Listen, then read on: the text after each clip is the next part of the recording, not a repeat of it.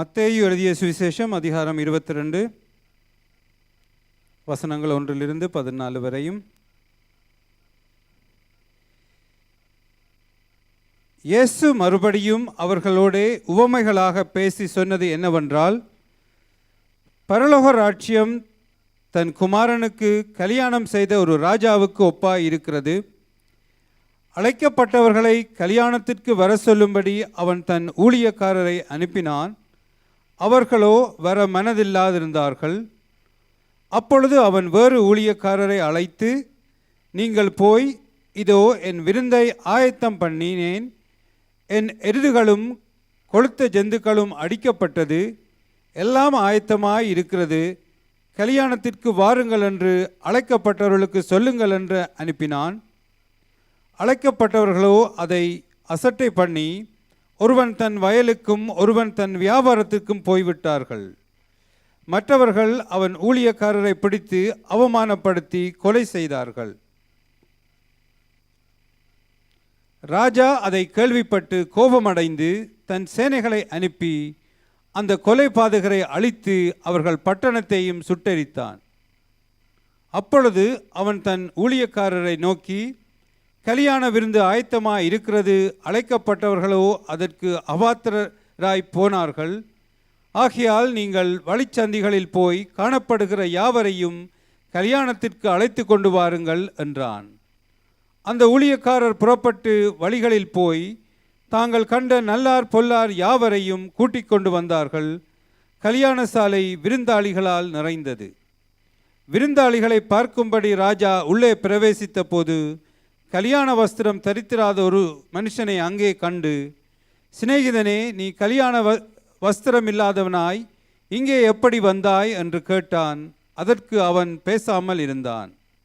அப்பொழுது ராஜா பணிவிடக்காரரை நோக்கி, இவனை கையும் காலும் கட்டி கொண்டு போய் அழுகையும் பெற்கடிப்பும் உண்டாயிருக்கிற புறம்பான இருளிலே போடுங்கள் என்றான்.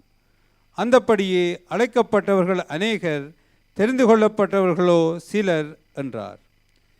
கர்த்தர் தாமே இந்த வசனங்களை கொண்டு எங்களை ஆசீர்வதிப்பாராக. ஆமென்.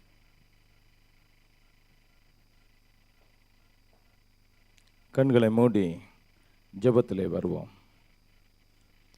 இரக்கமுள்ள எங்கள் அன்பின் ஆண்டவரே, பரிசுத்த தெய்வமே, இந்த அருமையான மதிய வேளைக்காய் உமக்கு நன்றி செலுத்துகிறோம் ராஜா.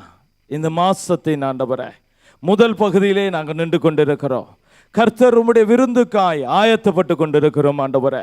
உம்முடைய விருந்திலே களி கூர்ந்து உமக்குள்ளே அழைக்கப்பட்டவர்களாய் அல்ல ஆண்டவரே, தெரிந்து கொள்ளப்பட்டவர்களாய் உம்மோட கூட உம்முடைய சிங்காசனத்திலே அமர வேண்டும் என்று நீர் ஆசையாய் இருக்கிற அந்த நிலைக்குள்ளே கடந்து வர இன்றைய நாளிலே எங்களை வழிநடத்தும்படியாய் ஜெபிக்கிறோம். கர்த்தாவே, உம்முடைய வார்த்தை எங்களை திடப்படுத்துகிறதாய், எங்களை திடப்படுத்துகிறதாய், சீர்திருத்துகிறதாய் ஆண்டவரே, உமக்குள்ளே இன்னும் ஒரு படியை, இன்னொரு நிலையை காண எங்களை நடத்துகிறதாய் இருக்கிறபடினால் உமக்கு நன்றி செலுத்துகிறோம் அப்பா. கர்த்தாவே, உம்முடைய வார்த்தையின்படி எங்களை நடத்தி கர்த்தர் நீர் திட்டம் பண்ணி இருக்கிற உம்முடைய அதிசயமான திட்டங்கள் எங்களுடைய வாழ்க்கையிலே நிறைவேறத்தக்கதாய் கர்த்தர் எங்களை நடத்தும்படியாய் ஜெபிக்கிறோம்.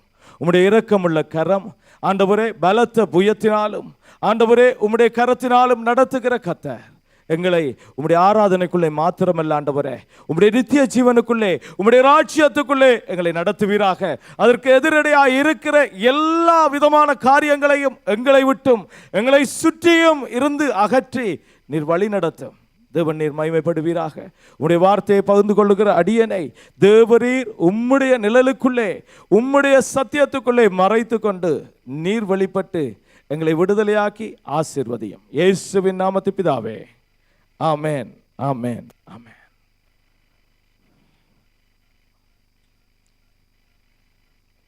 ஹல்லேலூயா. கர்த்தருடைய பரிசுத்த நாமம் மகிமைப்படுவதாக. ஆமென்.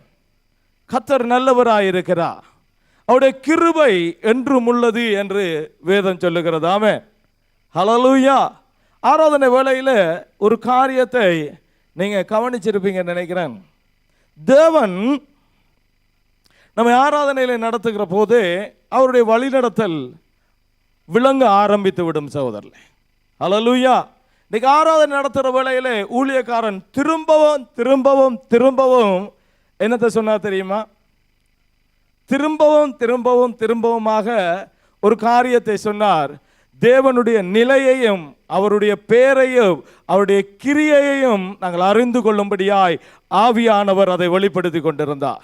ஹல்லேலூயா. அவருடைய பேர் என்ன? யெகோவா ஈர், எல்லாவற்றையும் பார்த்து கொள்ளுகிறவர். ஹல்லேலூயா, ஹல்லேலூயா. அதில் 2 அர்த்தங்கள் உண்டு சகோதரர்களே. யெகோவா ஈர் எல்லாவற்றையும் பார்த்து கொள்கிறார் என்று சொன்னார். நாங்கள் செய்கிற காரியங்களையும் நடக்கிற நடத்தையும் இருக்கிற இடங்களையும் போகிற காரியங்களையும் சொல்லுகிற சொற்களையும் நம்முடைய சிந்தையையும் பார்க்கிறார். அதே வேளையில் நமக்கு தேவையான தேவைகளையும் அவர் பார்த்து கொள்ளுகிறார். ஹல்லேலூயா. அவர் பார்த்து கொள்ளுகிற தேவன் என்று சொன்னால் ஒரு காரியம் மாத்திரமல்ல, அவர் அங்கே அநேக காரியங்களை பார்த்து கொள்ளுகிறவராயிருக்கிறார். நாங்கள் எப்படி இருக்கிறோம் என்று கண்காணிக்கிறார். அடுத்த சைட்ல அவர் எங்களுக்கு தேவையானதை பார்த்து கொண்டு அதற்கு விடை கொடுத்து ஆசீர்வதிக்கிறவராயிருக்கிறார். ஹல்லேலூயா, ஹல்லேலூயா. நாங்கள் ஏதாவது செய்கிற போது தூரத்தில் இருந்து எங்களை கவனித்துக் கொண்டிருக்கிறாராம். அவருடைய இமைகள் எங்களுடைய உள்ளிந்திரியங்களை அறியுமாம். ஹல்லேலூயா. அவருடைய கண்களிலே இரக்கம் கிடைக்கிறது அவரை தேடுகிறவர்களுக்கு. அப்படியானால் தேவன் நம்மை பார்க்கிற கர்த்தராயிருக்கிறார். ஹல்லேலூயா. இந்த நாளிலே சகோதரர்களே, இதற்கு பின்பதாய் சில நிமிடங்கள் அல்லது மணி வேளையில கர்த்தர் நம்மளோட பேச இருக்கிற காரியம், தெரிந்து கொள்ளப்பட்டவர்களாகுங்கள் கீர்த்தியை காணும்படியாய். ஹல்லேலூயா. தெரிந்து கொள்ளப்பட்டவர்களாய், அழைக்கப்பட்டவர்கள் அல்ல சகோதரர்களே. அழைப்பு அது யாவருக்கும் உள்ளதாயிருக்கு. அழைப்பு விசேஷித்தவர்களுக்கு இருந்தது, விசேஷம் இல்லாதவர்களுக்கு இருக்கிறது. தெளிந்து கொள்ளப்பட்டவர்கள் ஆகுங்கள் கீர்த்தியை கண்டடையும்படியா. ஹல்லேலூயா. தெரிந்து கொள்ளப்பட்டவர்களாய் நாங்கள் ஆகிறது எப்படி? தேவன் தானே தெரிந்து கொள்ளுகிறவர். தேவன் அல்லோ தெரிந்து கொள்கிறவர் இல்ல சகோதரர்களே. அநேக தடவைகளிலே நம்முடைய வாழ்க்கையிலே எங்களுக்கு வருகிற தடுமாற்றங்கள், போராட்டங்கள், காரியங்கள் எதனால் நடக்கிறேன்டா தேவனுடைய நியதியை நாங்கள் அறியாது இருக்கிறபடினா, தேவன் சொல்லி கொடுக்கிற காரியத்தில் எங்களுடைய இருதயத்தை விட்டு கொடுக்காது இருக்கிறபடினா, தேவனுடைய சத்தியத்துக்கு நான் கீழ்ப்படியாமல் போகிறதுனா, அது சில வேளையிலே அலட்சியமாய் அல்லது மறந்து போகிற காரியமாய் அதை நினைக்க நேரம் இல்லாதா இருந்தா கூட அது நமக்கு ஆசீர்வாதமானதல்ல. ஹல்லேலூயா, ஹல்லேலூயா. அவர் சொல்லுகிறார், சத்தியத்தையும் அறிவீர்கள், நீங்கள் அறிகிற எல்லாவற்றிலும் சத்தியத்தையும் சேர்த்து அறியுங்கள், ஆனால் நீங்கள் அறிந்து கொள்கிற எல்லாம் அல்ல, சத்தியமே உங்களை விடுதலையாக்கும். ஹல்லேலூயா. அவருடைய சத்தியம் ஒன்றுதான் விடுதலையாக்கும். நாங்கள் அறிந்து கொள்கிற காரியம் விடுதலையாக்காது. இன்னொரு மனுஷனுடைய அனுபவம் எங்களுக்கு சில வழிகளை காட்டும், ஆனால் அது எங்களை விடுதலையாக்காது. ஹல்லேலூயா. சில பேருடைய அல்லது தத்துவங்கள் சகோதரர்களே கேட்க நல்லா இருக்கும், ஆனால் அது நம்மை விடுதலையாக்காது. ஹல்லேலூயா. எல்லாவற்றையும் அறிந்து கொள்ளுங்க, ஆனா நலமானதை நீங்க வேதம் சொல்லுது என்ன தெரியுமா? எல்லாவற்றையும் அறிஞ்சு நலமானதை பிடிச்சு கொள்ளுங்க. சத்தியத்தை பிடிக்கிற போது சத்தியம் நம்மை விடுதலையாக்கி உயர பண்ணுகிறதா இருக்கிறது. ஹல்லேலூயா. தேவனுடைய நியதியை அறிய வேண்டும் சகோதரர்களே. இல்லாவிட்டா வாழ்க்கையிலே நாங்கள் தர்க்கிக்கிறவர்களாய் அல்லது நாங்கள் பிழையான காரியங்களை எடுத்துக்கொள்கிறவர்களாய் அல்லது நாங்கள் கோபம் உள்ளவர்களாய், கசப்புள்ளவர்களாய், வேதனை உள்ளவர்களாய் மாறுவோம். அதனால தான் கர்த்தர் சொன்னார், உனக்கு கடுகளவு விசுவாசம் உனக்குள்ளே உண்டாயிருக்குமானால் இந்த மரத்தை பார்த்து, இந்த காட்டத்தை மரத்தை பார்த்து வேரோட நீ புடுங்கப்பட்டு சமுத்திரத்தில் போ என்று சொன்னால் அது என்ன செய்யுமாம்? என்ன செய்யுமாம்? மலை தள்ளுண்டு போகும். கர்த்தர் மரத்துக்கு என்ன தெரியுமா சொன்னார்? எத்தனை பேர் நீங்க பார்த்தீங்க? இங்க தான் இருக்கு பிரச்சனை. This is the problem we have. சத்தியம் சொல்லுது என்ன தெரியுமா? அது உங்களுக்கு கீழ்ப்படியும். ஹல்லேலூயா. மரம் வேருள்ள மரம், கசப்பான மரம், கசப்புள்ள மரம், கோபமுள்ள மரம், விடுதலை இல்லாத மரம் இல்லையா, பெருமை உள்ள மரம், பொறாமை உள்ள மரம், அது எங்களுக்குள்ளே இருந்து பிடுங்குப்படும். எப்ப? விசுவாசத்தோடு எனக்குள்ளே இருக்கிற வேர்விட்ட மரமே என்னை விட்டு போகுண்டா அது போகுமா? ஹல்லேலூயா. அது போகலண்டா அது அர்த்தம் என்ன? நான் விசுவாசிக்கவில்லை, அறிக்கை பண்ணவில்லை, அது பிடுங்குப்படவில்லை, போகவும் இல்லை. ஹல்லேலூயா. சத்தியத்தை அறிவீர்கள், சத்தியம் விடுதலையாக்கும். சத்தியம் சொல்லுகிறது அது உங்களுக்கு கீழ்ப்படியும். ஹல்லேலூயா. நம்முடைய வாழ்க்கையிலே நாங்கள் ஆவியிலே எடுக்கிற தீர்மானங்கள், ஆவியிலே எங்களுடைய விசுவாசம், அது நம்மை விடுவிக்க வல்லதாக இருக்கிறது. ஹல்லேலூயா. ஹல்லேலூயா. விசுவாசத்தினாலே வராதது எல்லாமே பாவம். விசுவாசத்தினால நமக்குள்ளே விடுதலை வரலையா, அது கூட பாவம் என்று தான் வேதம் சொல்லு. ஹல்லேலூயா. நம்முடைய விசுவாசம் எங்கே வருகிறதாம்? விசுவாசம் எதனால் வருகிறது? எதனால வருதாம்? எதனால வருது? கேள்வி. நான் கேட்கிறதுனால அல்ல, நான் கேட்கிறதுனால் வருது. By hearing. என்னுடைய ஃபெய்த், என்னுடைய விசுவாசம் அங்கே தேவனுடைய வார்த்தையை கூர்ந்து கவனித்து கேட்கிறதுனால் உண்டாகிறது. கூர்ந்து கவனிக்கிற போது சகோதரர்களே, நமக்குள்ளே ஒரு வித்து போடப்படுகிறது. அது விசுவாசத்தின் வித்து. அதை நாங்கள் வளர்க்கிற போது அது விருட்சமாய் எங்களுக்குள்ளே ஆசீர்வாதத்தை கொண்ட வல்லமை உள்ளதாக இருக்கிறது. ஹல்லேலூயா. What's the seed we are getting from God? நமக்கு தேவனிடத்தில் இருந்து கிடைக்கிற வித்து எது? நமக்குள்ளே போடப்படுகிற விதை எது? அதுதான் நமக்குள்ளே முளைக்கிறதா இருக்கிறதா. ஹல்லேலூயா. பார்க்கிற தேவன், அவர் பார்க்கிற போது அவருடைய நியதிகளை வைத்திருக்கிறார். அவர் எதை, என்ன நியதியை வைத்திருக்கிறார் என்று நானும் நீங்களும் பார்க்காவிட்டா நாங்களும் கஷ்டப்படுற ஆக்களை தான் மாறுவோம். ஹல்லேலூயா. இன்றைக்கு அநேக சந்தர்ப்பங்கள்ல, அநேக சூழ்நிலைகள்ல தேவனுடைய சமூகத்தில், தேவனுடைய பிள்ளைகளுக்குள்ளே அநேக முரண்பாடுகள், அநேக இல்லையா வித்தியாசமான விமர்சனங்கள், வித்தியாசமான நினைவுகள், வித்தியாசமான காரியங்கள் கடந்து வருகிறது. ஏனென்றா கர்த்தர் காண்கிறவர் என்றதை நானும் நீங்களும் காணாது போகிறபடினா. ஹல்லேலூயா. காண்கிற அவள் அங்கே ஆகார் என்ன தெரியுமா சொன்னால், அவள் தேவனை கண்டு தேவன் செய்த காரியத்தை செய்த போது வேதம் சொல்லுகிறது, அவள் தன்னுடைய பிள்ளையை கூட்டிக் கொண்டு வருகிறாள் சகோதரர். பாலைவனத்தில், வனாந்திரத்தில் தண்ணீர் இல்லை. அங்கே நான் வறண்டு போயிட்டு ஜீவனுக்கு போராட்டம், தன் முன்மதாய் பிள்ளை சாக போகிறது, பிள்ளை அலறிக்கொண்டே இருக்கிறது. சாகிற தருவாயிலே பிள்ளையிட சத்தம் கூட கேட்காதபடிக்கு பிள்ளையை விட்டு விட்டு வந்து தேவனிடத்தில் கேட்கிறான், கர்த்தர் நீர் என்னுடைய பிள்ளையை கொண்டு போடுவீரோ? கர்த்தர் சொல்லி அனுப்பின காரியம் என்ன தெரியுமா? இது ஆபிரகாமுடைய வித்தா இருக்கிறபடினால நான் இதை ஆசீர்வதிப்பேன். அவனுடைய கை எல்லாருக்கும் எதிராகவும், எல்லாருடைய கை அவனுக்கு எதிராகவும் இருந்தாலும் நான் அவனை ஆசீர்வதிப்பேன். நாங்கள் இன்றைக்கு வரைக்கும் பார்க்கிறோம் சகோதரர்களே, அவருடைய கை எல்லாருக்கு எதிராகவும், இஸ்மவேல் சந்ததிக்கு எதிராக எல்லாருடைய கை இருந்தாலும் அவள் ஆசீர்வதிக்கப்பட்டவர்களாக இருக்கிறாங்க. தேவன் வாக்குத்தத்தத்திலே உண்மை உள்ளவராக இருக்கிறார். ஹல்லேலூயா. இவள் அலறுகிறாள். இவள் அலறி அங்கே வேண்டி கர்த்தரில் கேட்கிறான்னு தெரியுமா, என் பிள்ளை சாகிறதை நான் பார்க்க மாட்டேன். கர்த்தர் அப்போது அவளுடைய கண்ணை திறந்து விட்டார். அப்போது அவளுக்கு பக்கத்தில் இருந்த அந்த துறவை கண்டாளாம். அந்த நீரூற்றை கண்டால், தண்ணீரை பருகினால், எல்லாம் செய்துட்டு கர்த்தருக்கு நன்றி சொன்னால் என்ன தெரியுமா, என்னை காண்கிற தேவனை நான் இந்த இடத்திலே கண்டேன். ஹல்லேலூயா. எங்களை காண்கிற தேவனை நாங்கள் காண்கிறோமா சகோதரர்களே? எங்களை காண்கிற கர்த்தரை நாங்கள் ஏற்றுக்கொள்ளுகிறோமா? என்னை காண்கிற கர்த்தருடைய நியதியை நான் புரிந்திருக்கிறேனா? நாம் புரிந்து கொண்டால் அவளை போல துதிக்கிறவளாய், ஆராதிக்கிறவளாய் மாறுவோம். ஆராதிக்கிறவர்கள் மலைகளை பிரட்டுகிறவர்கள். ஹல்லேலூயா. ராட்சதர்களை விரட்டுகிறவர்கள், சத்துருவுக்கு முன்பதாய் நடந்து ஜெயமெடுக்கிறவர்கள், அவர்கள் ஆராதிக்கிறவர்கள். நம்முடைய ஆராதனையிலே ஒரு முற்றுப்பெறாத ஒரு நிலை, ஆராதிக்கிறதிலே நமக்கு ஒரு தெளிவில்லாத ஒரு நிலை. ஏனென்றால் நம்மை காண்கிற தேவனை நாங்கள் கண்டு ஆராதிக்கிறதில்லை. ஹல்லேலூயா.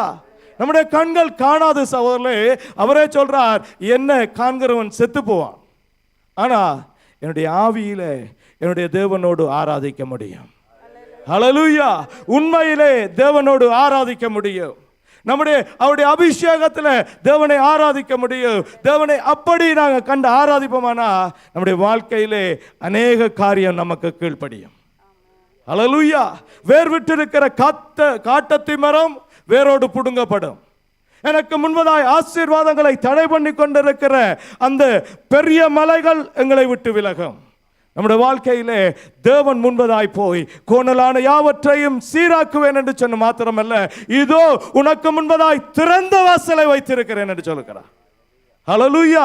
அதை யாரும் பூட்டக்கூடாது சகோதரர்களே. Nobody can close the door which has God opened for you. Don't forget that. ஏனப்ப மூடின வாசலுக்கு முன்பதாய் நின்று இன்றைக்கும் இருக்கிற யூதர்களை போல முட்டி முட்டி நாங்கள் அழுது கொண்டு இருக்கிறோம். எத்தனையோ தடவைகள்ல we are wailing. ஹல்லேலூயா. நான் முட்டி அழுது கொண்டு இருக்கிறோம். ஓ, இந்த சுவர் மாத்திரம் தான் இருக்கு. இல்ல, கர்த்தர் சொல்லுகிறார், கர்த்தர் உன் ரட்சணிய.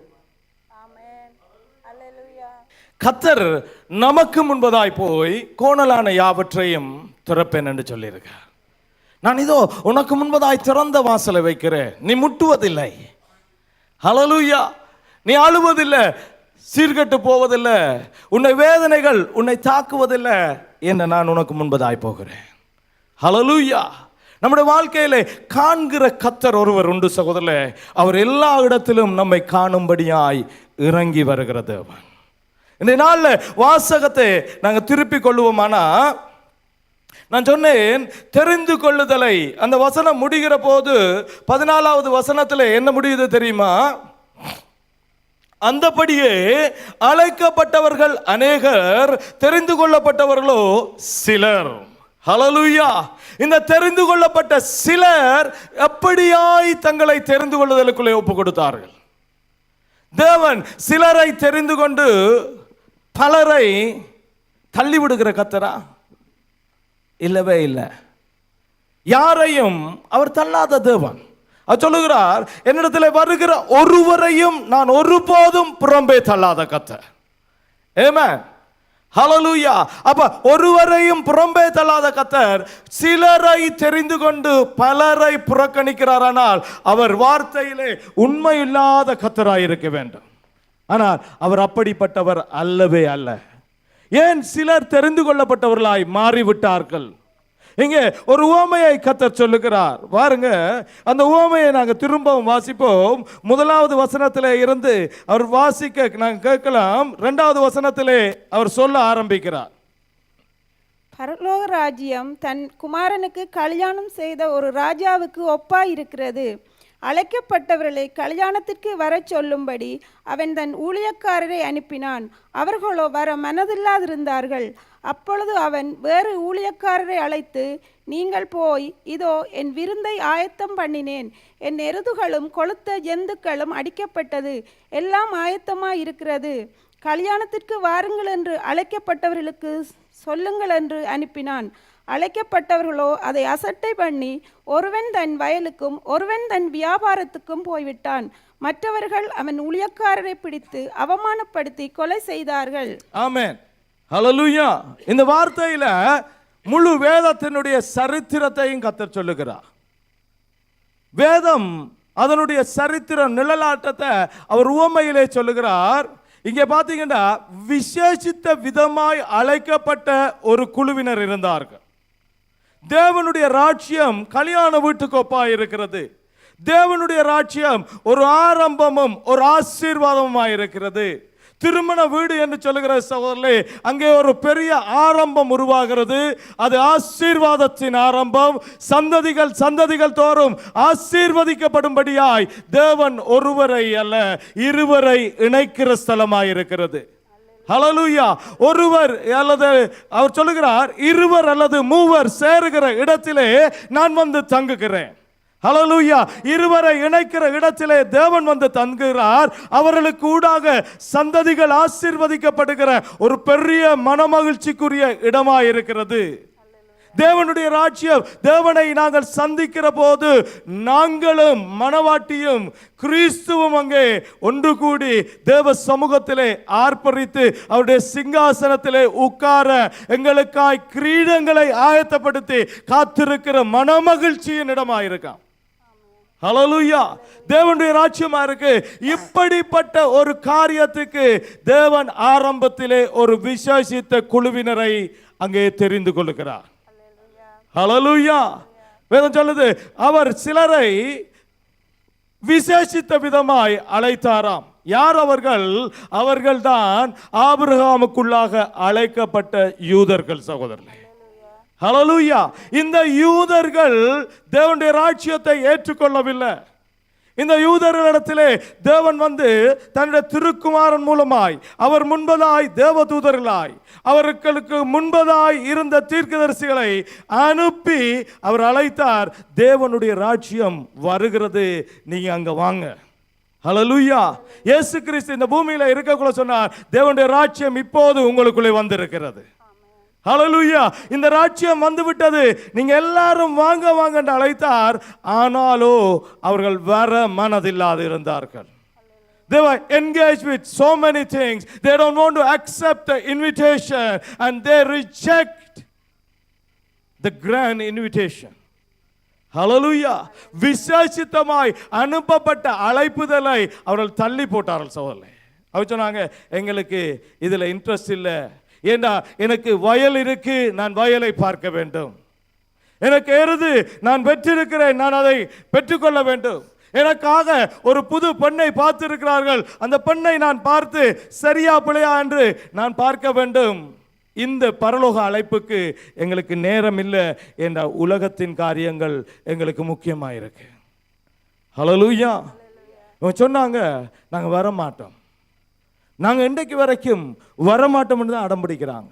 இன்றைக்கு வரைக்கும் மேசியா தேவன் அல்ல, இயேசு மேசியா அல்ல என்று சொல்லி அவங்க அடம் பிடிக்கிறாங்க. தேவன் ஒரு காரியம் செய்கிறவர் சகோதரர்களே. தேவன் தான் திட்டம் பண்ண காரியத்தை நிறைவேற்றாமல் விட மாட்டார். ஹல்லேலூயா. அதனால தான் அதை அறிந்த யோபு சொல்கிறார், தேவன் என்ன செய்தா விட மாட்டாரா? அவர் நினைத்த காரியம் ஒரு நாளும் தடைபடாது. அவர் விருந்து வைக்க வேண்டும் என்று நினைத்து விட்டார். பரலோக ராஜ்யத்துக்குள்ளே என்னை முன்னே கொண்டு வர வேண்டும் என்று நினைத்து விட்டார். அநேகரை அவருடைய சொந்த பிள்ளைகளாய் மாற்ற வேண்டும் என்று திட்டம் பண்ணி விட்டார். அவர் நிறுத்த மாட்டார். ஒரு காரியம் நாங்க அறிந்து கொள்ளணும், தேவனுடைய ராஜ்யம் ஒரு நாளும் நிறுத்தப்படாது. அது விசேஷித்த அழைப்பிலே இருக்கிறவர்கள் போனாலும் வராவிட்டாலும் தேவன் தன்னுடைய காரியத்தை நடத்தியே முடிப்பார். ஹல்லேலூயா. அது நான் இருந்தாலும் நீங்க இருந்தாலும் தேவன் செய்ய வேண்டிய காரியம் ஒரு நாளும் தடைபடாது. ஹல்லேலூயா. அதனால தேவன் சொன்னார் தெரியுமா, நான் கல்லுகளை வச்சாவது ஆராதனை செய்து மகிமையை எடுத்துக்கொள்ளுகிற தேவன். ஹல்லேலூயா. கழுதலை கொண்டாகிலும் தீர்க்கதரிசியோடு பேசக்கூடிய தேவன். நான் நினைத்த காரியம் தடைபடாமல் போகாது. அவர் நினைத்த காரியம் தடைபடும் என்று அவங்க நினைச்சிட்டு அவங்க சொன்னாங்க, வயலுக்கும் வாசியம்மா அந்த இடத்தை அழைக்கப்பட்டவர்களோ அதை அசட்டை பண்ணி ஒருவன் தன் வயலுக்கும் ஒருவன் தன் வியாபாரத்துக்கும் போய்விட்டார்கள். அப்ப என்ன செய்தாராம் கர்த்தர்? கல்யாண விருந்தை cancel பண்ணிட்டாரா? He will never cancel whatever he has planned. Amen. பக்கத்துல பார்த்து சொல்லுங்க, உங்களுடைய வாழ்க்கையிலே கர்த்தர் என்ன திட்டம் பண்ணாரோ அது நிக்காது, அது நடந்தே தீரும். ஹல்லேலூயா. உங்களை குறித்து கர்த்தர் என்ன நியமனம் பண்ணாரோ அது நடந்தே தீரும். சில வேளை பின்னுக்கு போகலாம் நம்முடைய காரியமாய், ஆனால் அது நிறைவேறியே ஆகும். ஹல்லேலூயா. அது காலம் சென்றாலும் நிறைவேறியாக உங்களுடைய வாழ்க்கையில நிறைவேறும், உங்களுடைய பிள்ளைகளுடைய வாழ்க்கையில நிறைவேறும், உங்களுடைய சந்ததியில நிறைவேறும். அவர் சொன்ன காரியம் ஒரு நாளும் தடைபடாது. ஹல்லேலூயா. கர்த்தர் ஒரு வார்த்தை சொல்லி இருக்கிறாரா? யாரை அனுப்பியாகிலும் நம்மிடத்துல பேசி இருக்கிறாரா? வேதத்திலே பேசி இருக்கிறாரா? நமக்கு வாக்கு கொடுத்திருக்கிறாரா? நம்பிக்கையோட இருங்க, கட்டாயம் நிறைவேறும். ஹல்லேலூயா. அவர் கல்யாணத்தை கேன்சல் பண்ணவில்லை சகோதரர்களே.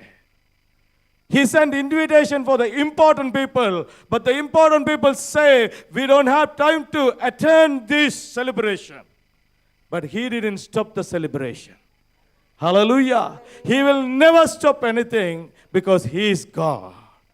அவர் தன்னிலே ஆணையிட்டு சொல்லுகிற தேவன். அவர் ஆணையிட்டதை மாத்தாது இருக்கிற கர்த்தர். ஆனபடினால சொன்னார் என்ன தெரியுமா? இப்ப கூப்பிட்டவங்க வரலையா, இப்ப நீ போய் ஒரு காரியத்தை செய். 4வது வசனம் வாசியம்மா. அப்பொழுது அவன் வேறு ஊழியக்காரரை அழைத்து, நீங்கள் போய், இதோ என் விருந்தை ஆயத்தம் பண்ணினேன், என் எருதுகளும் கொழுத்த ஜந்துக்களும் அடிக்கப்பட்டது, எல்லாம் ஆயத்தமாய் இருக்கிறது, கல்யாணத்திற்கு வாருங்கள் என்று அழைக்கப்பட்டவர்களுக்கு சொல்லுங்கள் என்று அனுப்பினான். அழைக்கப்பட்டவர்களோ அதை அசட்டை பண்ணி ஒருவன் தன் வயலுக்கும் ஒருவன் தன் வியாபாரத்துக்கும் போய்விட்டார்கள். மற்றவர்கள் அவன் ஊழியக்காரரை பிடித்து அவமானப்படுத்தி கொலை செய்தார்கள். அல்லேலூயா. இதுதான் இயேசு சொன்னார். எருசலேமுக்கு வருகிற போது கண்ணீர் விட்டு சொன்னார், எருசலேமே எருசலேமே, உன்னிடத்துல வந்த எல்லா தீர்க்கதரிசியை நீ பிடிச்சு சித்திரவதை பண்ணி கல்லறிந்து கொண்டாயே. Who are the prophets? யாரு இந்த தீர்க்கதரிசிகள்?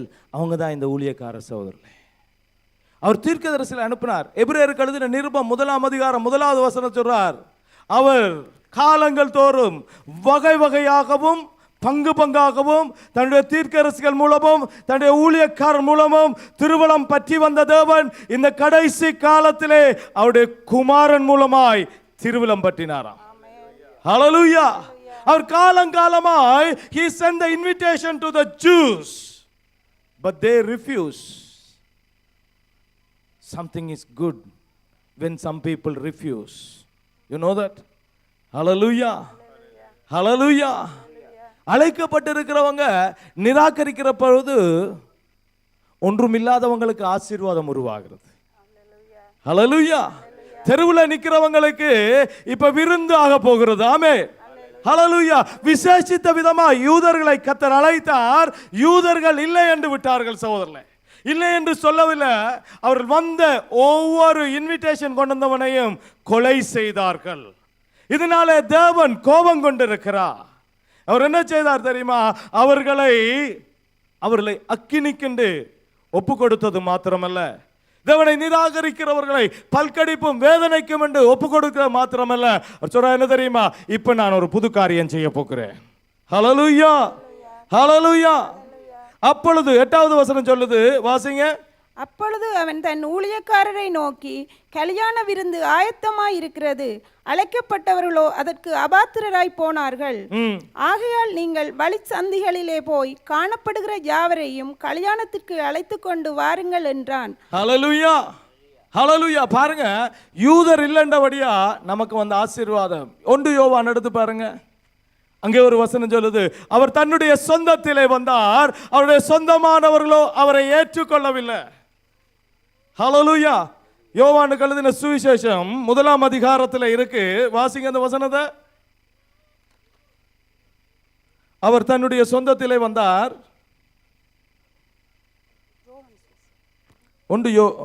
யோவான் 1ஆம் அதிகாரம், யோவான் சுவிசேஷம் 1ஆம் அதிகாரம் 7வது வசனமா வாசிங்க. 11. அவர் தமக்கு சொந்தமானதிலே வந்தார், அவர் தனக்கு சொந்தமானதிலே வந்தார், அவருக்கு சொந்தமானவர்களோ அவரை ஏற்றுக்கொள்ளவில்லை. ஹல்லேலூயா. அவருக்கு சொந்தமான இஸ்ரவேலர்கள் ஏற்றுக்கொள்ளவில்லை. அவர் இஸ்ரவேலர் சந்ததியிலே வந்தார், தாவீதினுடைய சந்ததியிலே வந்தார். அவருக்கென்று ஒரு சந்ததியை உருவாக்கி யூதாவினுடைய சந்ததியிலே வந்தார். ஆனால் சந்ததியாய் இருந்தவர்களோ ஏற்றுக்கொள்ளவில்லை. அவர்களை ஏற்றுக்கொள்ளாதபடியா நமக்கெல்லாம் எவ்வளவு சந்தோஷம் வந்திருக்கு பாருங்க. மிச்ச வசனம் என்ன சொல்லுது? அவருடைய நாமத்தின் மேலே விசுவாசம் உள்ளவர்கள், அவருடைய அழைப்பை ஏற்றுக்கொண்டவர்கள் யார்களோ, அவரை ஏற்றுக்கொண்டவர்கள் எத்தனை பேர்களோ அத்தனை பேர்களும் தேவனுடைய பிள்ளைகளாகும்படி அவர்களுக்கு அதிகாரம் கொடுத்தார். ஹல்லேலூயா. ஹல்லேலூயா. எனக்கும் உங்களுக்கு எப்ப அதிகாரம் கிடைச்ச தெரியுமா? சொந்தத்தில் வந்தவங்க நிராகரிச்சபடினால. ஹல்லேலூயா. விசேஷித்த அழைப்பு நிராகரிக்கப்படுகிற போது வீதி வழியில இருக்கிறவர்களுக்கு ஆசீர்வாதம். ஆமென். தெருக்கள்ல இருந்த நமக்கு வேதம் சொல்லுது, காணி ஆட்சிக்கு புறம்பா இருந்த நாங்க, நவிக்கிற ஆராதனையில இருந்த நாங்க, வேதத்தை அறியாதிருந்த நாங்க, எங்களுடைய வாழ்க்கையில செய்யக்கூடாத காரியங்களை செய்து கொண்டிருந்த அசுத்தமாயிருந்த நமக்கு ஒரு அழைப்பு வந்திருக்கு. ஹல்லேலூயா. கரங்களை தட்டி கர்த்தரை ஸ்தோத்திரிக்கலாமா? கர்த்தர் நம்மை அழைத்திருக்கிறார். அவருடைய சொந்தத்திலே வந்தார். அவர் விசேஷித்த விதமாய் அழைத்தார். விசேஷித்த விதமாய் அழைப்பு பெற்றுக்கொண்டவர்கள் உலகத்திலே நாட்டமுள்ளவர்களாய் தேவனை நாடினது மாத்திரமல்ல, அவரை நிராகரித்தார்கள். தேவனுடைய அழைப்பை நிராகரிக்கிறபடினால வீதியில ஒன்றுக்கும் இல்லாம இருக்கிறவங்களுக்கு பெரிய ஆசீர்வாதம் வருகிறது. ஹல்லேலூயா. நம்முடைய வாழ்க்கையில பெரிய ஆசீர்வாதம் வருது. எங்க தெரியுமா? எப்போ வருது தெரியுமா? நிராகரிப்புகள் அதிகரிக்கிற போது சகோதரர்களே, தேவனை நிராகரிக்கிற போது அது நமக்கு ஆசீர்வாதமாய் வருகிறது. அவருடைய அழைப்பை நாங்கள் நிராகரிக்கிற போது, அவருடைய அழைப்பை நாங்கள் எப்படி நிராகரிக்கிறோம்? வரமாட்டோம் என்றல்ல, எங்களுக்கு வேலை இருக்கிறது, எங்களுக்கென்று எங்களுக்குரிய காரியம் இருக்கின்று அங்கே அவர்கள் நிராகரித்தார்கள். அதனால தேவன் நம்மை தெரிந்திருக்கிறார். ஹல்லேலூயா. ஹல்லேலூயா. ஞானிகளான யூதர்களை இல்லையா அவமாக்கும்படிக்கு முட்டாள்களான எங்களை பைத்தியக்காரரை கர்த்தர் தெரிந்திருக்கிறாராம். ஹல்லேலூயா. அதனால தான் பவுல் அங்கே இருந்து சொல்றாரு தெரியுமா? உங்களுடைய அழைப்பை பாருங்க, அங்கே ஞானிகள் அநேகர் இல்லை, அங்கே பெரிய காரியங்கள் இல்லை. கொரிந்தியர் 1 அதிகாரத்துக்கு போங்க. கொரிந்தியர் 1 அதிகாரத்துக்கு போங்க. எங்களுடைய அழைப்பை குறித்து அழகாக அவர் சொல்லுகிறார். 1 அதிகாரத்தில் அங்கே சொல்லுகிறார் பாருங்க. உங்களுடைய அழைப்பை பார்த்து கொள்ளுங்க. உங்களுடைய அழைப்பை பாருங்க, எப்படிப்பட்ட அழைப்பது? ஹல்லேலூயா. எப்படியெனில் சகோதரரே, நீங்கள் அழைக்கப்பட்ட அழைப்பை பாருங்கள். எப்படியெனில் சகோதரரே, நீங்கள் அழைக்கப்பட்ட அழைப்பை பாருங்க. மாம்சத்தின்படி ஞானிகள் அநேகர் இல்லை. மாமிசத்தின்படி இப்ப ஞானிகள் அநேகர் இல்லை, வல்லவர்கள் அநேகர் இல்லை, வல்லவர்கள் அநேகர் இல்லை, பிரபுக்கள் அநேகர் இல்லை, பிரபுக்கள் அநேகர் இல்லை. ஞானிகளை வெட்கப்படுத்தும்படி, ஞானிகளை வெட்கப்படுத்தும்படிக்கு. யூதர் என்று சொன்னாலே அவன் ஞானவான் நினைக்கிறான். அவனுக்குள்ளே அறிவு இருக்கிறது என்று உலகம் முழுவதும் தெரியும். இருக்கிற எல்லா ஆராய்ச்சிகளிலும் ஒரு யூதனாவது இருப்பான். இந்த பூமியிலே கண்டுபிடிக்கப்படுகிற ஒவ்வொரு கண்டுபிடிப்புகளும் ஒரு யூதன் பின்னணியிலே இருந்து கொண்டிருக்கிறார். ஆனா அப்படிப்பட்ட யூதனை நிராகரித்து இப்படிப்பட்ட பைத்தியக்காரரை கர்த்தர் தெரிந்து கொள்கிறார். ஏனென்றால் விசேஷித்த அழைப்பில் இருக்கிறவன் அதை நிராகரிக்கிறபடினா. ஹல்லேலூயா. ஹல்லேலூயா. ஞானிகளை வெட்கப்படுத்தும்படிக்கு தேவன் உலகத்தில் பைத்தியமானவளை தெரிந்து கொண்டார். பலமுள்ளவர்களை வெட்கப்படுத்தும்படிக்கு தேவன் உலகத்தில் பலவீனமானவளை தெரிந்து கொண்டார். உள்ளவைகளை அவமாக்கும்படிக்கு உலகத்தின் இழிவானவைகளையும் அற்பமாய் எண்ணப்பட்டவைகளையும் இல்லாதவைகளையும் தேவன் தெரிந்து கொண்டார். அதனால தான் நம்மை தெரிந்திருக்கிறார். ஹல்லேலூயா. ஹல்லேலூயா. இல்லாட்டி நான் நீங்கள் ஒன்றும் இல்லை சகோதரர்களே. இந்த தேவனை பிரசங்கிக்கலாட்டி நான் ஒன்றும் இல்லை. இந்த தேவனுடைய சத்தியத்தை வெளிப்படுத்தாவிட்டா நானும் இன்னொரு முட்டாள். ஹல்லேலூயா. ஹல்லேலூயா. தேவன் நம்மை தெரிந்தெடுக்கிறார். ஆனா நம்முடைய தெரிவுக்கு நாங்க பாத்துறா இருக்கிறோமா? ஹல்லேலூயா. ஹல்லேலூயா. இந்த ஒரு பெரிய அழைப்பை சகோதரர்களே, இந்த யூதர்களுக்காக வருஷங்கள் 1000 வருடங்களாய் அவர்கள் காண ஆசையாயிருந்த இந்த ரட்சிப்பை எனக்கு உனக்கும் கர்த்தர் தருகிறாரானா? கர்த்தர் என் மேலும் உன்மேலும் இரக்கம் உள்ளவராயிருக்கிறார். என்னத்துக்காக தந்தார் தெரியுமா? தன்னுடைய கல்யாண விருந்த அவர் ஸ்டாப் பண்ணக்கூடாதுன்றக்கா. அவருடைய பிளான் நிறுத்தப்படக்கூடாதுன்றபடினால, அவருடைய தரிசனம் அங்கே ஸ்தம்பிக்காதபடிக்கு கர்த்தர் இந்த காரியத்தை நமக்கு தருகிறாராம். ஹல்லேலூயா. ஹல்லேலூயா. நாங்க ஒன்றுமில்லை சகோதரர்களே. யூதருடைய நிராகரிப்பினாலே ஏற்படுத்தப்பட்ட தேவனுடைய கற்கள். யூதர்கள் இல்லைன்னு சொன்னாங்க, அவங்க பிடிச்சு கொண்டாங்க. தீர்க்கதரிசிகளை வந்த ஒவ்வொரு தீர்க்கதரிசியும் every messengers got killed. They burned them. Hallelujah. They stoned to death. அவளை கல்லறிஞ்சு கொண்டாங்க சோதரில், நிராகரிச்சாங்க. இன்னைக்கு கர்த்தர் பைத்தியமாக இருக்கிறத இந்த மகா மேன்மையானதுக்கு மேலே கொண்டு வந்து அழைக்கிறார். ஹல்லேலூயா. இப்போ என்ன தெரியுமா சொல்றார் கர்த்தர்? தெருவில் நிற்கிறாங்க இல்லையா? இங்கே போ, நீ எங்கே போ, எந்த தெருவுக்கு போ? சொல்ற இலங்கைக்கு போ. கர்த்தர் எங்கே தெரியுமா அனுப்பினார்? இலங்கைக்கு போ, மட்டக்களப்புக்கு போ, யாழ்ப்பாணத்துக்கு போ, ட்ரிங்கோமலைக்கு போ, பொலனறுவைக்கு போ, குருநாகலுக்கு போ, கண்டிக்கு போ, எல்லா இடத்தையும் போங்க. தெருவில் பிச்சைக்கார மாதிரி நிற்கிறாங்க, விக்கிரகங்களை ஆராதித்து கொண்டு நிற்கிறாங்க. இன்னைக்கு வாசித்த சங்கீதத்தில் இருக்கிறது போல அவருக்கு மூக்கிருந்தும் முகராது வாயிருந்தும் பேசாது இருக்கிற அந்த விக்கிரகங்களிடத்துல மண்டியிட்டு மந்திரவாதிகளை நம்பிக்கொண்டு இருக்கிறாங்க. போ என்று சொன்னா. அப்படியே அவருடைய செய்தி எனக்கும் உனக்கும் வந்தது. ஹல்லேலூயா, ஹல்லேலூயா. காணியாட்சிக்கு புறம்பாயிருந்த ஞானிகளை வெட்கப்படுத்தும்படிக்காய், யூதர்களை வெட்கப்படுத்தும்படிக்காய், யூதர்களுக்கென்று ஆபிரகாமுக்குள்ளால ஏற்படுத்தின அழைப்பை மேன்மைப்படுத்தும்படியாய் ஒன்றுமில்லாதிருந்த அறிவுக்கே அனாதியற்றிருந்தங்களை,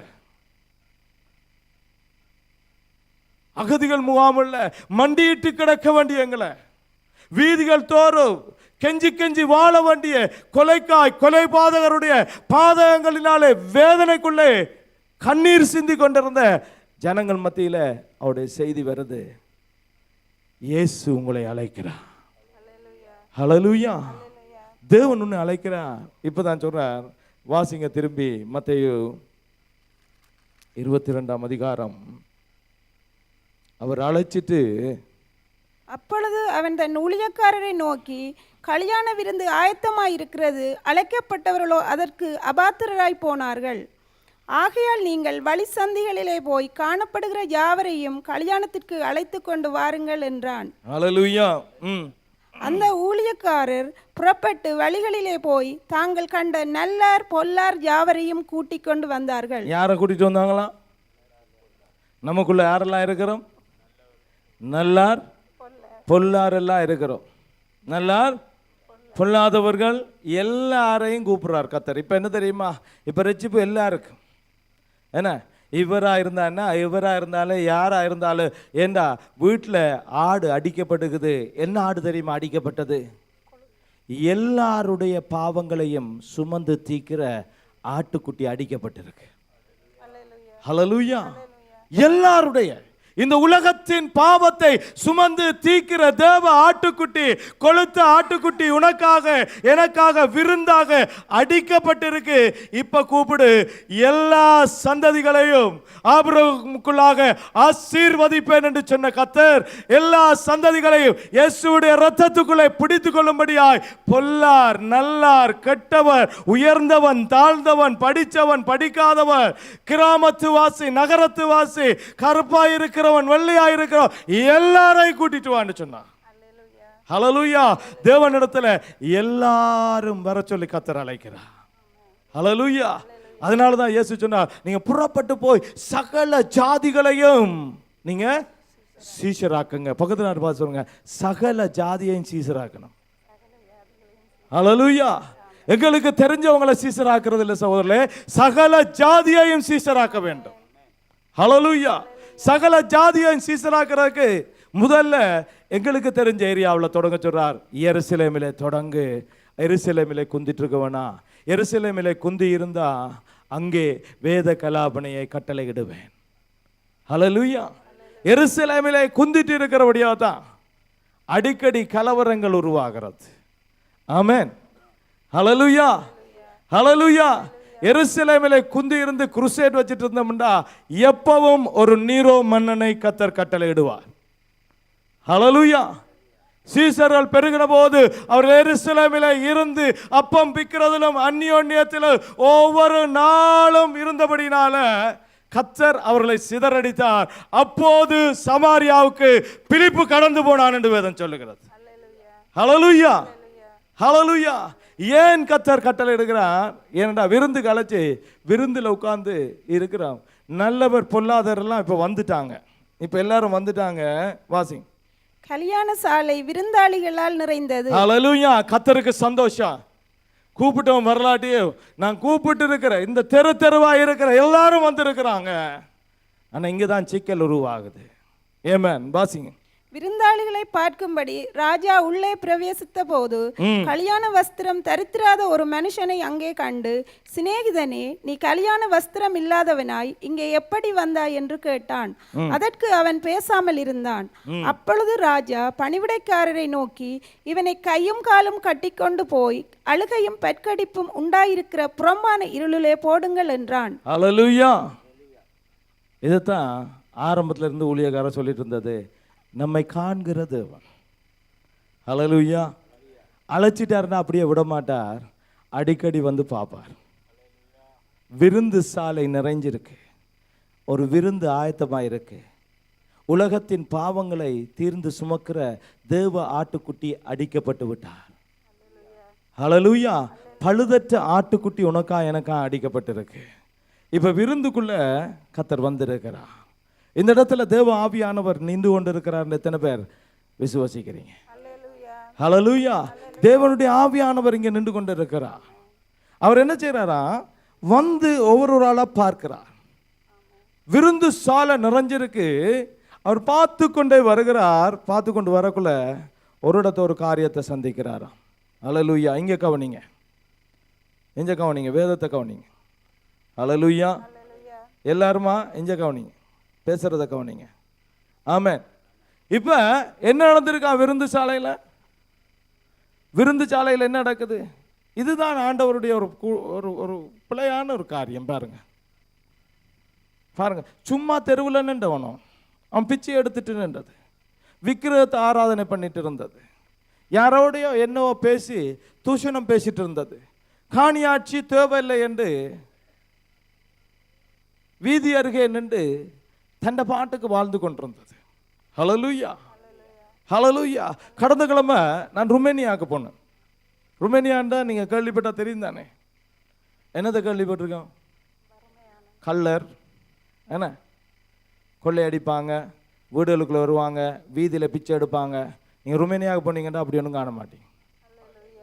ஹல்லேலூயா. நானும் அப்படி தான் நினைச்சேன். ருமேனியாண்டா கேள்விப்பட்டோன்னே என்ன தெரியுது, ஆனால் அது ஒரு குழு தான் அந்த ஊரில் இருக்கு. அவங்க ஜிப்சிஸ்ன்றாங்க, சிகோயினர் என்று சொல்லுவோம். அங்கே போனோடனே அவங்க சொல்கிறாங்க என்ன தெரியுமா, ருமேனியர் வேற சிகோயினர் வேற. ஹல்லேலூயா. பெரிய மார்க்கெட், பெரிய இடங்கள் இருக்கு, ரெஸ்டாரண்ட் இருக்கு, மெக்டொனால்ட்ஸ் இருக்கு. சாப்பிட போனா உனக்கு செக்யூரிட்டி இருக்கிறான், இவங்க எல்லாம் அங்கே வரையலாது. ஹல்லேலூயா. இப்போ நான் யோசிச்சேன், யாரோ ஒருவன் கலவிடுதா, இன்னொருவனை ஏன் விடக்கூடாது? சொன்னா இவங்களை விட்டா இவங்க கூட்டமாக வருவாங்க, இவங்க ஊரை கெடுப்பாங்க. இன்னைக்கு நோவையில் பிரச்சனை பாட்டி கொண்டிருக்காங்க, பாக் வழியில் அசுத்தம் பண்ணிட்டு இருக்காங்கன்னு இவங்க கஷ்டப்பட்டு கொண்டிருக்காங்க. ஹல்லேலூயா. இப்ப பாருங்க, அப்படிப்பட்டவங்களை இப்ப இந்த விருந்துக்குள்ள விட்டுருக்கு. ஆனா விருந்துக்கு கூப்பிட்டவன் அழைச்சாலும் நிபந்தனையோடு இருக்கிறவர். ஹல்லேலூயா. அவர் தெருக்களில் நின்று நல்லவர், பொல்லாதவர், ஏழை அல்லது வசதியானவன், பரிசுத்தம் என்று நினைக்கிறவன், பரிசுத்தம் இல்லை என்று பாவி என்று நினைக்கிறவன், கொள்ளையிடுகிறவன், விக்கிர ஆராதனை பண்ணுகிறவன், பில்லி சூனியம் செய்கிறவன், எல்லாரையும் கூப்பிட்டான். ஆனா இப்ப விருந்துக்குள்ள பார்க்க வார பார்த்தபோது அங்கே ஒருவன் என்ன இல்லாம இருந்தான். நம்ம வாசியம்மா. விருந்தாளிகளை பார்க்கும்படி ராஜா உள்ளே பிரவேசித்த போது கல்யாண வஸ்திரம் தரித்திராத ஒரு மனுஷனை அங்கே கண்டு, சிநேகிதனே, நீ கல்யாண வஸ்திரம் இல்லாதவனாய் இங்கே எப்படி வந்தாய் என்று கேட்டான். அதற்கு அவன் பேசாமல் இருந்தான். அப்பொழுது ராஜா பணிவிடைக்காரரை நோக்கி, இவனை கையும் காலும் கட்டிக்கொண்டு போய் அழுகையும் பற்கடிப்பும் உண்டாயிருக்கிற புறம்பான இருளிலே போடுங்கள் என்றான். இது நியாயமாப்படுதா? Is it fair? அடன் ரெட்ஃபேடி? சும்மா தெருவில் நின்றவனை கூப்பிட்டு சாப்பாட்டுக்கு வாண்டுட்டு அப்புறம் அவனை கொண்டு போய் நரகத்துக்குள்ள போடுன்னு சொல்றாரு. இது நியாயமா?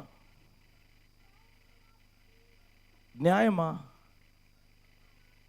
Don't take your calling as a taken for granted. ஹல்லேலூயா. நம்முடைய அழைப்பை ஏனோ தானோ வந்து எடுக்கிறது ஆபத்தான காரியம். அதைத்தான் கத்த சொல்லுகிறார். உன்னை தெருவில் நின்று அழைச்சாலும் நீ தெருவில் நிற்கிற மாதிரி என்னுடைய விருந்துக்குள்ளே கடந்து வாரதில்லை. Yes, of course you are in the streets. நீ எப்படியோ வாழ்ந்தா, எப்படியோ இருந்தா, என்னவோ செய்தா, இங்கே தான் சொல்லிட்டு அவர் சொல்றார், அழைக்கப்பட்டவர்கள் அநேகர், தெரிந்து கொள்ளப்பட்டவர்களோ சிலர். ஹல்லேலூயா. எல்லாரும் தானே தெருவில் இருந்து வந்தது. அப்ப மற்ற எல்லாரும் ஆடையோட இருக்கிறாங்க, உனக்கே அந்த ஆடை இருக்குல்ல. அப்ப அந்த ஆடையை குறித்து யாரு கரிசனையா இருக்கணும்? தேவன் அழைத்தார் என்று எங்கட பாட்டுக்கு எங்களுக்கு விருப்பமான எல்லாம் செய்ய முடியாது சகோதரர்களே. You must know that. Hallelujah. தேவனுடைய நீதி நம்முடைய நீதியை பார்க்கிலும் அந்த வானத்துக்கும் பூமிக்கும் இடையில உள்ள நினைவாய் இருக்கிறதாம். எங்களுடைய நினைவுனாலே கர்த்தரை அளக்க முடியாது. அவருடைய நியதியை அவருடைய சத்தியத்தில் இருந்து அறிஞ்சு கொள்ளலாம். ஹல்லேலூயா. இப்படியேதான் இன்னொரு உவமை சொன்னாரு. அதுல நீதி இருக்கா? அதுல கூட நீதி இல்லை. நம்முடைய நீதி என்ன நீதி? காலையிலையும் மாலையிலையும் கூப்பிட்ட எல்லாருக்கும் ஒரு சம்பளம் கொடுத்தார். அதை சிலர் கேட்டாங்க, ஏன் அப்படி கொடுக்கிறீர்னு கேட்டாங்க. அவர் சொன்னார், அது என்னுடைய விஷயம். அதுல நீதி இருந்ததா? எங்களுடைய நீதி இல்லை, ஆனால் தேவனுடைய நீதி இருந்தது. இங்கே எங்களுடைய நீதி இல்லை சகோதரர்களே. நான் தெருவிலே தான் நின்றேன், தேவனை அறியாதவனாய் தான் இருந்தேன். தேவனை குறித்து எனக்கு தெரியாது, தேவனுடைய ரட்சிப்பை குறித்து தெரியாது, நித்திய ஜீவனை குறித்து தெரியாது.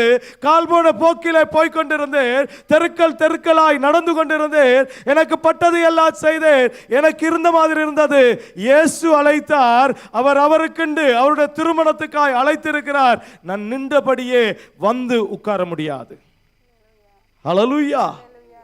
அவர் அந்த தெருவில் இருந்த எல்லாரையும் அழைத்தார். இவனுக்கு பக்கத்தில் இருந்தாலையும் அழைத்தார்.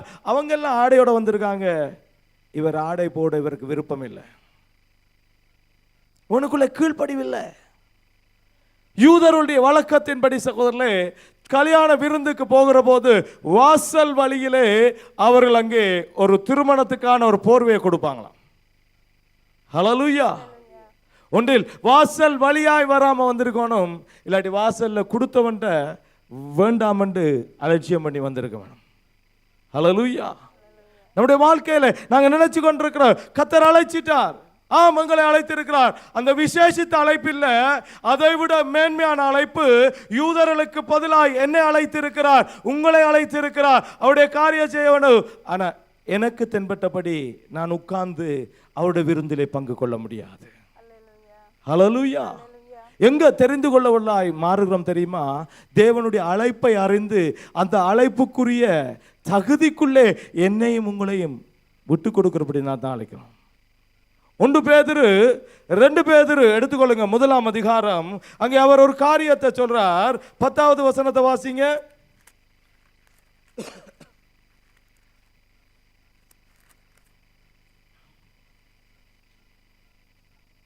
ஆகையால் சகோதரரே, உங்கள் அழைப்பையும் தெரிந்து கொள்ளுதலையும் உறுதியாக்கும்படி ஜாக்கிரதையாயிருங்கள். ஜாக்கிரதையாயிருங்க. தேவன் அழைத்தார். Yes, of course, he called me. Where he called me from? On the streets. என்னுடைய பாவ வாழ்க்கையில இருந்து தான் தேவன் என்னை அழைத்தார்.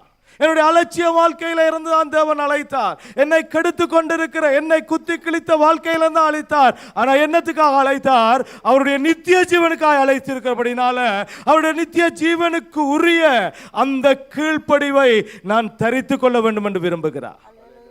ஹல்லேலூயா. If I don't have an obedience, if I don't obey the rule of God, I can do nothing. I'm going to end up in hell, says the Bible. Hallelujah. எங்களுடைய வாழ்க்கை அங்கே அழைத்து விட்டார்ன்றதுக்காக அவர் அழைத்த மகிமைக்குள்ள இல்லை சகோதரர்களே. பாருங்க, தெருவில் நின்றவன் தெருவிலேயே நின்றுக்கலாம், இப்ப பட்கடிப்பும் வேதனையும் உள்ள இடத்துக்கு வந்துட்டான். ஏன்னு சொன்னா தேவன் சொல்லுகிற காரியம் இங்கதான் நாங்க கவனிக்க வேண்டியிருக்கு சகோதரர்களே. தேவன் நம்மை அழைக்கிறார். எஸ், ஆண்டவர் நமக்கு ஒரு காரியத்தை கொடுக்கிறார், நம்மை செய்ய வேண்டும் நினைக்கிறார். ஆனா கர்த்தர் ஒரு காரியத்தை விரும்புறாரு தெரியுமா? நீ இங்கே என்னுடைய முறைப்படி நீ செய்ய வேண்டும். என்னுடைய விருந்து சாலையிலே நீ போர்வை இல்லாமல் உட்கார்ந்து சாப்பிட முடியாது. You have to obey my rule even though you come from the street. நீ பாவத்தின் வாழ்க்கையில இருந்தா என்ன, விக்கிரத்துக்கு அடிமையா இருந்தா என்ன, பில்லி சூனிய கட்டில இருந்தால் என்ன, எப்படிப்பட்ட ஆளா இருந்தாலும் எனக்கென்று நீ கிரியை செய்கிற போது என்னுடைய நியாயத்திலாம் கிரியை செய்வான். இங்கதான் பிழைக்கிறது. நம்முடைய வாழ்க்கையில நமக்கு தரப்படுகிற காரியங்களை நான் செய்வேன், எனக்கு தெரியும், நான் இப்படித்தான் இருப்பேன். கத்த சொல்றார், நரகத்தில் என்ன பண்ண. ஹல்லேலூயா. அப்ப தெரிந்து கொள்ளுதல் எங்களால தான் உண்டாகுது சகோதரர்களே. தேவன் எல்லாரையும் அழைக்கிறார். நான் தேவனுக்கு கீழ்ப்படுகிற போது, தேவனுடைய அழைப்பை நான் மேன்மைப்படுத்துகிற போது, தேவனுடைய அழைப்புக்கு என்னை விட்டு கொடுக்கிற போது, தேவனுடைய அழைப்பில் வருகிற எல்லா காரியத்திலும், எல்லா சோர்விலும், போராட்டத்திலும், நிந்தையிலும் அவருக்கென்று நான் நிற்கிற போது அது எனக்கு மகிமை உள்ளதாய் மாறுகிறது. ஹல்லேலூயா. நான் தேவன் அழைச்சிட்டார், நான் எப்பவும் வரலாம், எப்பவும் சாப்பிடலாம், எப்பவும் பங்கெடுக்கலாம், எப்படியும் வாழலாம் என்று நாங்கள் நினைச்சா அது நமக்கு அபாத்திரமானதாய் மாறும். ஹல்லேலூயா. தேவனுடைய பட்டியை ஒரு தடவையில ஆசாரியர்களை வைத்து சுமந்து வரும்படியாய் கர்த்தர் கட்டளை கொடுத்தார். ஹல்லேலூயா. வாக்குத்தத்த பட்டிய ஆசாரியர்கள் சுமந்து வர களைப்புள்ளவர்களாய் மாறினபடினால எருதுகள் உள்ள வண்டியில வச்சு கூட்டிட்டு வந்தாங்க. எருது வண்டி அங்கே குழம்பினபடினால தேவனுடைய பரிசுத்த பெட்டி சருகுனது. வேதம் சொல்லுகிறது, அதை தொட்ட மனுஷனை கர்த்தர் அடைத்தார். நியாயமா? அநேக விஷயம் எங்களுடைய நீதியில நியாயம் இல்லை, ஆனா கர்த்தருடைய நியதி அதுதான். அதை நாம் ஏற்றுக்கொள்ளும் வரைக்கும் நம்முடைய வாழ்க்கையில கல்யாண விருந்து ஆசீர்வாதமாயிருக்காது.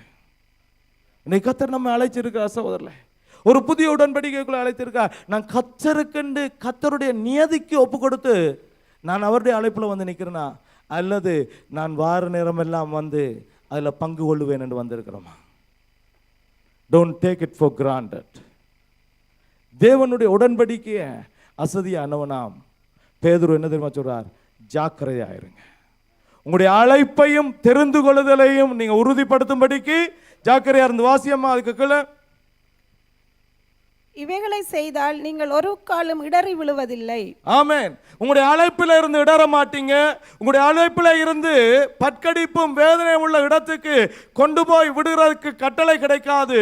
இவைகளை செய்தால், எவைகளை செய்தாலாம், எவைகளை செய்யணுமா? கர்த்தருடைய விருப்பத்தில் இருக்கிறதுக்கு அழைப்பையும் தெரிந்து கொள்ளுதலையும் உறுதிப்படுத்த எதை செய்யணுமா? 5வது வசனத்துல இருந்து வாசிங்க. என்னத்தை செய்யட்டாம்? அழைப்பையும் தெரிந்து கொள்ளுதலையும் உறுதிப்படுத்துகிறது இந்த காரியங்களை செய்தால் என்று வேதம் சொல்லுது. முன்னுக்கு எழுதப்பட்டிருக்கு, வாசிங்க. இப்படி இருக்க நீங்கள் அதிக ஜாக்கிரதை உள்ளவர்களாய், நீங்கள் அதிக ஜாக்கிரதை உள்ளவர்களாய். அழைக்கப்பட்டுட்டோம் என்று அசதியாய் இருக்க வேண்டாம். அழைக்கப்பட்டுட்டோம் என்று எழுந்தமானமாய் காரியங்களை செய்ய வேண்டாம். அழைக்கப்பட்டு விட்டோம் என்று எல்லாம் எனக்கு கொடுக்கப்பட்டது என்று நினைக்க வேண்டாம். அதிக ஜாக்கிரதையா இருந்துங்க. அழைக்கப்பட்டவர்கள் எவரிடத்திலே அதிகம் கொடுக்கப்படுகிறதோ அவரிடத்திலே அதிகம் கேட்க. ஹல்லேலூயா. அதிக ஜாக்கிரதையாக இருந்து என்னத்தை செய்யுங்க? உங்கள் விசுவாசத்தோடு தைரியத்தை, உங்கள் விசுவாசத்தோடு முதலாவது தைரியத்தை சேர்த்து, தைரியத்தோட ஞானத்தையும், தைரியத்தோட ஞானத்தை சேர்க்கட்டாம். என்ன ஞானம்? ஞானம்டா என்ன? எதை எங்கே எப்படி யாரோட செய்கிறன்றதான் ஞானம். நீங்க உங்களை பலப்படுத்திக் கொள்ளுங்க. and you add some wisdom. உங்களோட தைரியம் இருந்தா காணாது. தைரியத்தில் முட்டாள்தனம் செய்யாதீங்க. தைரியத்தோட முட்டாள்தனம் செய்யணும். தைரியத்தோட ஞானத்தை சேர்த்தீங்கன்னா ஆசீர்வாதமான ஒரு இன்கிரீடியன்டா மாறுது. ஹல்லேலூயா. மாவோட முட்டையை சேர்த்தா மெதுமையான ஒரு அப்பத்துக்கு ஒரு காரியம் சேருது. இது அப்பத்துக்கு மேல இன்னொன்று சேருங்கன்னு சொல்றார். பாருங்க, ஞானத்தை சேருங்க. தைரியத்தோட ஞானத்தை சேர்த்து எதை தைரியமாய், எதை எப்போது, எங்கே, எப்படி செய்வதென்றதை சேர்த்து கொண்டு அடுத்த வாசிங்க. ஞானத்தோட இச்சை அடக்கத்தையும், இச்சை அடக்கத்தோட இச்சை அடக்கம் என்ன? இச்சை அடக்கம் என்ன? Don't just think only control yourself when it's come to sex. தனிய பாலியல் உணர்வுகளுக்காக அடக்கிறது மாத்திரம் இச்சை அடக்கம் அல்ல, அது ஒரு பகுதி. நம்முடைய மாமிசத்தில், நம்முடைய சிந்தையில நமக்குள்ளே உண்டாகிற தனிப்பட்ட நோக்கங்கள் எல்லாத்தையும் நீங்க அடக்குங்க. உங்களை அடக்குங்க, உங்களுடைய மாமிசத்தை அடக்குங்க, உங்களுடைய நினைவுகளை அடக்குங்க, உங்களுடைய துர்மார்க்கங்களை அடக்குங்க, உங்களுடைய எல்லாவற்றையும் அடக்குங்க. ஞானத்தோட அதை அடக்கிட்டு இச்சை அடக்கத்தோட பொறுமையா இருங்க. பொறுமையோட தேவ பக்தியையும், தேவ பக்திய பொறுமையோட என்னத்தை செய்யுங்க? தேவ பயத்தை சேர்த்து கொள்ளுங்க. தேவ பக்தியோட இப்ப பாருங்க, ஒரு நல்ல ஒரு ஃப்ரூட் கேக் கொண்டு செஞ்சு கொண்டிருக்கான். ஹல்லேலூயா. முதல் நீங்க மாவுக்குள்ள தனிய முட்டை வெள்ளை கருவை மட்டும் போடுங்க. முட்டை வெள்ளை கருவை போட்டுட்டு சாப்பிட்டு பாருங்க, அது நல்லா இருக்கா? அது சாஃப்டா வந்திருக்கு. இப்பமா ஞானத்தை சேர்த்துட்டீங்க. ஞானத்தை சேர்த்த பிறகு கொஞ்சம் சுகர் போடுங்க, இச்சை அடக்க. இப்போ கொஞ்சம் இனிப்பா இருக்கு, கட்டியா இருக்கிற சுகர் எல்லாம் அடிங்க. ஹல்லேலூயா. அடிச்சுட்டு இப்போ என்ன போடுங்க? என்னத்தை போட்டான்? பொறுமையை போடட்டான்.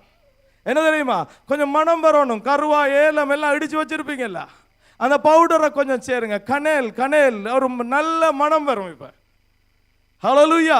இதோட என்னத்தை சேருங்க பாருங்க. ஒரு நல்ல பிரிஸ்கிரிப்ஷன், ஒரு நல்ல ஒரு ரெசிபி கொடுத்துருக்கு. என்ன ரெசிபி? என்னுடைய அழைப்பு தேவனுக்கு ஏற்றதாய் ருசி உள்ளதாய் மாறும்படி. சரி, இப்ப அதோட சேர்த்து பொறுமையோட சேர்த்து தேவ பக்தியோட பிளம்ஸ கொஞ்சம் போடுங்க. சகோதர சிநேகத்தோட அன்பையும் கூட்டி வழங்குங்கள். ஹல்லேலூயா, ஹல்லேலூயா. இப்ப கடைசியா வெட்டி வச்ச எல்லா பழத்தையும் போடுங்க. பழத்தை முதல் போட்டு அடிக்கிற இல்லைன்னா என்ன? இப்ப என்ன சவ் ஜிஞ்சர் பிரிசர்வ், செரி, என்ன டேட்ஸ் இதெல்லாம் போட்டு கடைசியா கிண்டுங்க, லேசா கிண்டுங்க. Then your calling will be a beautiful cake. Hallelujah. இப்ப பந்திக்குள்ள வாங்க சாப்பிடுறதுக்கு. இதை சாப்பிடுறதுக்கு கர்த்தர் கூப்பிடுகிறார். வாசி. இவைகள் உங்களுக்கு உண்டாயிருந்து பெருகினால் உங்களை நம்முடைய கர்த்தராகிய இயேசு கிறிஸ்துவை அறிகிற அறிவிலே வீணரும் கனியற்றவர்களுமாய் இருக்க ஒட்டாது. ஹல்லேலூயா.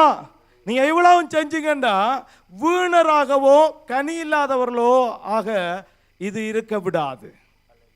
அப்படியானால் இது நீங்க பிரயோஜனம் உள்ளவர்களாய் கனி உள்ளவர்களாய் மாறுறதுக்கு கர்த்தர் தருகிற ஊட்டச்சத்து இது. ஹல்லேலூயா, ஹல்லேலூயா, ஹல்லேலூயா. எத்தனை பேர் அப்படி விளங்குறீங்க? ஹல்லேலூயா. கர்த்தர் ஒரு ஊட்டச்சத்து, ஒரு விட்டமின் தரார், மிக்ஸ்ட் மல்டி விட்டமின். ஹல்லேலூயா. தேவனுக்குள்ளே அவருடைய அழைப்பு பாருங்க. கனியற்றவர்களாய் நம்ம கனியற்றவர்களாய் இருக்கிறோமா? கதை சொல்றார், கொஞ்சம் கொத்தி உரம் போடணும். ஹல்லேலூயா. அடிக்கடி நித்திர தூங்கி கொண்டிருக்கா, அயன் இல்லை, அயன் கொஞ்சம் வேணும். கொஞ்சம் துரான் குடிக்கணும். ஆமென். இல்லையா? துரான் குடிச்சா தடுமல் வராது. சொல்றார், கனியற்ற வாழ்க்கையிலிருந்து நம்மை கனி உள்ள வாழ்க்கைக்கு மாற்றுகிற இது எல்லாத்தையும் எடுத்துக்கிட்டு வாசிங்க. இப்ப வாசி கொண்டு போம். இவைகள் இல்லாதவன் எவனோ அவன் முன் செய்த பாவங்களற தான் சுத்திகரிக்கப்பட்டதை மறந்து கண் சொருகி போன குருடனாய் இருக்கிறான். ஹல்லேலூயா. பாருங்க, இவைகள் அற்றவங்க எப்படி செய்றாங்க?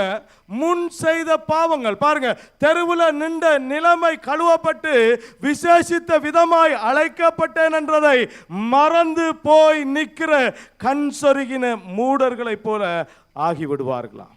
வாசிங்க திருப்பி.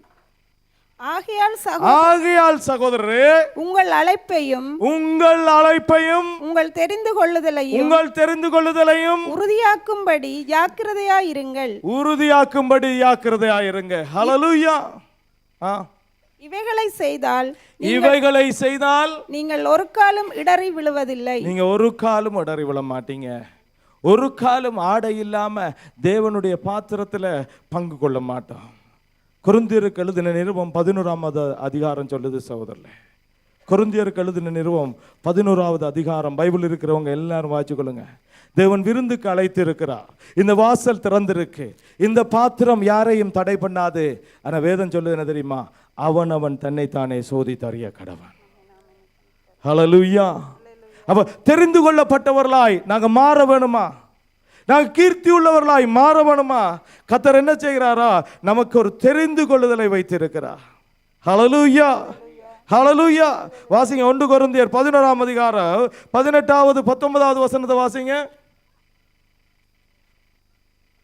முதலாவது நீங்கள் சபையிலே கூடி வந்திருக்கும் போது உங்களில் பிரிவினைகள் உண்டென்று கேள்விப்படுகிறேன்.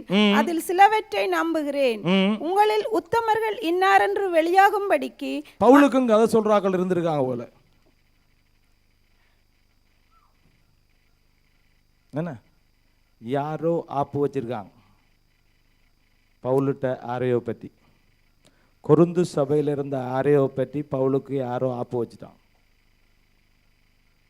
முழங்குதான் ஊழியக்காரருக்கு தெரியும், தெரிய வரும், கதைப்பாங்க, சொல்லுவாங்க.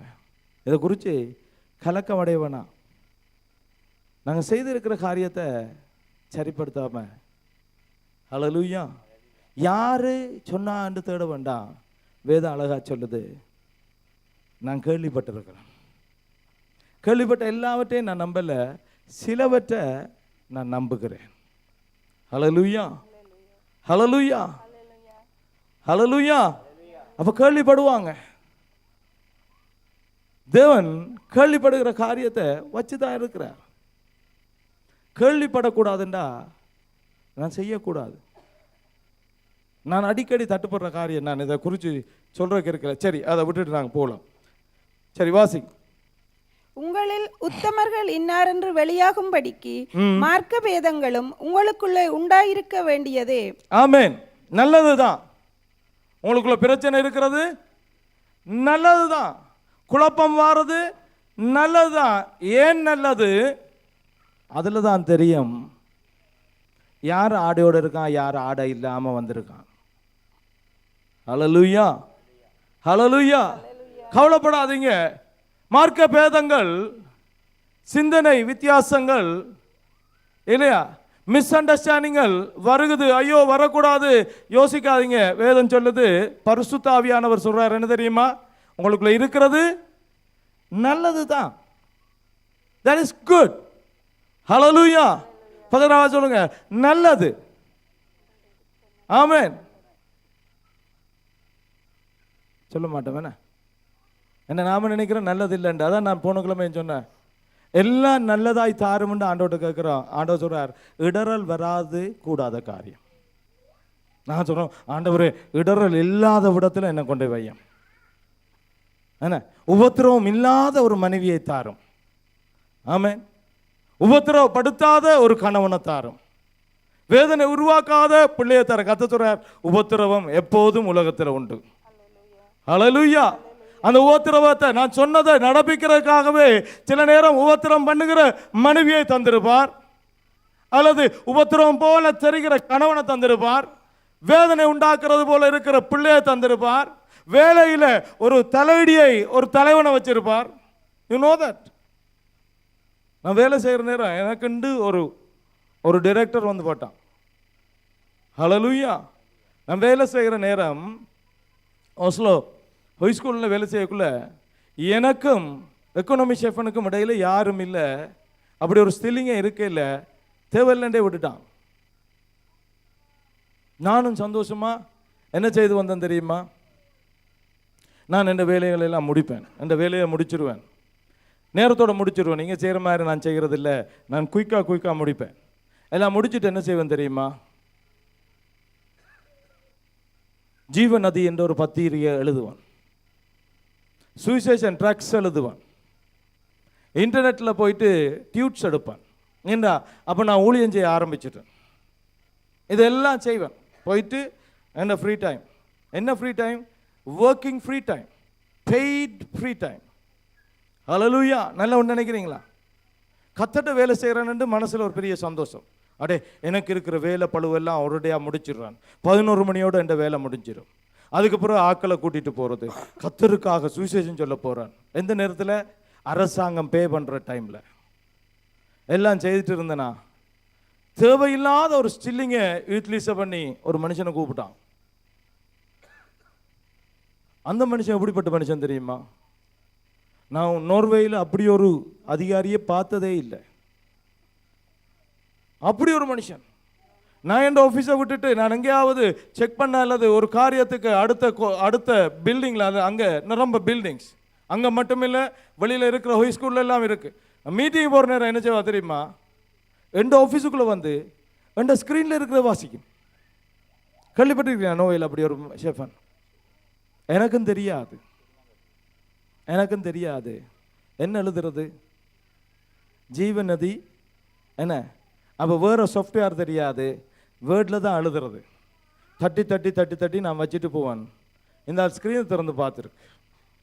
ஒரு நாள் மீட்டிங், ஏதோ ஒரு காரியத்துக்கு நான் ஆன்சர் பண்ணல, மீட்டிங் அப்படி சொல்லி தெரியுமா, நீ வேலை டைமில் என்ன செய்கிறான்னு எனக்கு தெரியும். இப்போ நான் ஆதங்கம் தெரிந்தேன். நம்மளை விழுந்தாலும் மீசையில் மண் ஒட்டாத ஒரு ஜாதி நாம. யாரு சொன்னது? இதான் நம்மளோட கேள்வி. யாரு சொன்னது? நம்முடைய முதல் கேள்வி அதான், யார் சொன்னது? How can you prove that? அது சொன்ன என்ன தெரியுமா? சிம்பிளாக சொல்லிச்சு மனுஷன், I show your screen, you are writing something, என்னவோ எல்லாம் கீறி வச்சிருக்கிறா. என்ன தமிழா சொல்லுது? என்னண்ட எனக்கு விளங்கல. நீ என்னவோ தைனிங்காக போட்டு வச்சிருக்கிறா. எனக்கு தெரியுது அப்போ நீ வேலை நேரத்தில் என்ன செய்கிறா என்று. தலையடி தொடங்கிச்சு. ஏன் தெரியுமா? நான் ஆண்டவட்ட கேட்டது, உபத்திரவம் இல்லாத ஒரு வேலை தளத்தை தாரும், என்ன பகுதி நேரமாக என்ன கவர்மெண்ட் பே பண்ண பகுதி நேரமாக உமக்கு ஊழியம் செய்கிறேன்னா. கத்தர் என்ன செஞ்சா தெரியுமா? ஒரு உபத்திரவத்தை எந்த ஆஃபீஸுக்கு பக்கத்திலே கொண்டு வந்து இருத்தாட்டினார். எந்த ஆஃபீஸுக்கு பக்கத்திலேயே இருத்தாட்டினார். இப்போ எனக்கு ஆஃபீஸ் பூட்டே இல்லாது. விளங்குதா நமக்கு? நான் கேட்குறேன் கத்திட்ட, உபத்திரவம் இல்லை. கத்த சொல்ற இருக்கும். ஹல்லேலூயா. ஏன் இருக்கும்? நீங்க சரியா பிழையாண்டு தெரிகிறதுக்காகவே இருக்கும். ஆமென். இடரல் உண்டாகாம போகாது. ஆனா எங்களால உண்டாகுதா என்று சோதித்தறித்துக் கொள்வோம். என்னால உண்டாகலாட்டி அது ஒரு பிரச்சனையும் இல்லை, அது யாருடைய பிரச்சனை. ஹல்லேலூயா, ஹல்லேலூயா. உபத்திரவம் உண்டு என்று சொல்றார். இப்ப சொல்றார் பாருங்க, வாசிங்க. இப்ப கொரிந்தியர் 1 கொரிந்தியர் 11 18 19 வாசிங்கம்மா. முதலாவது நீங்கள் சபையிலே கூடி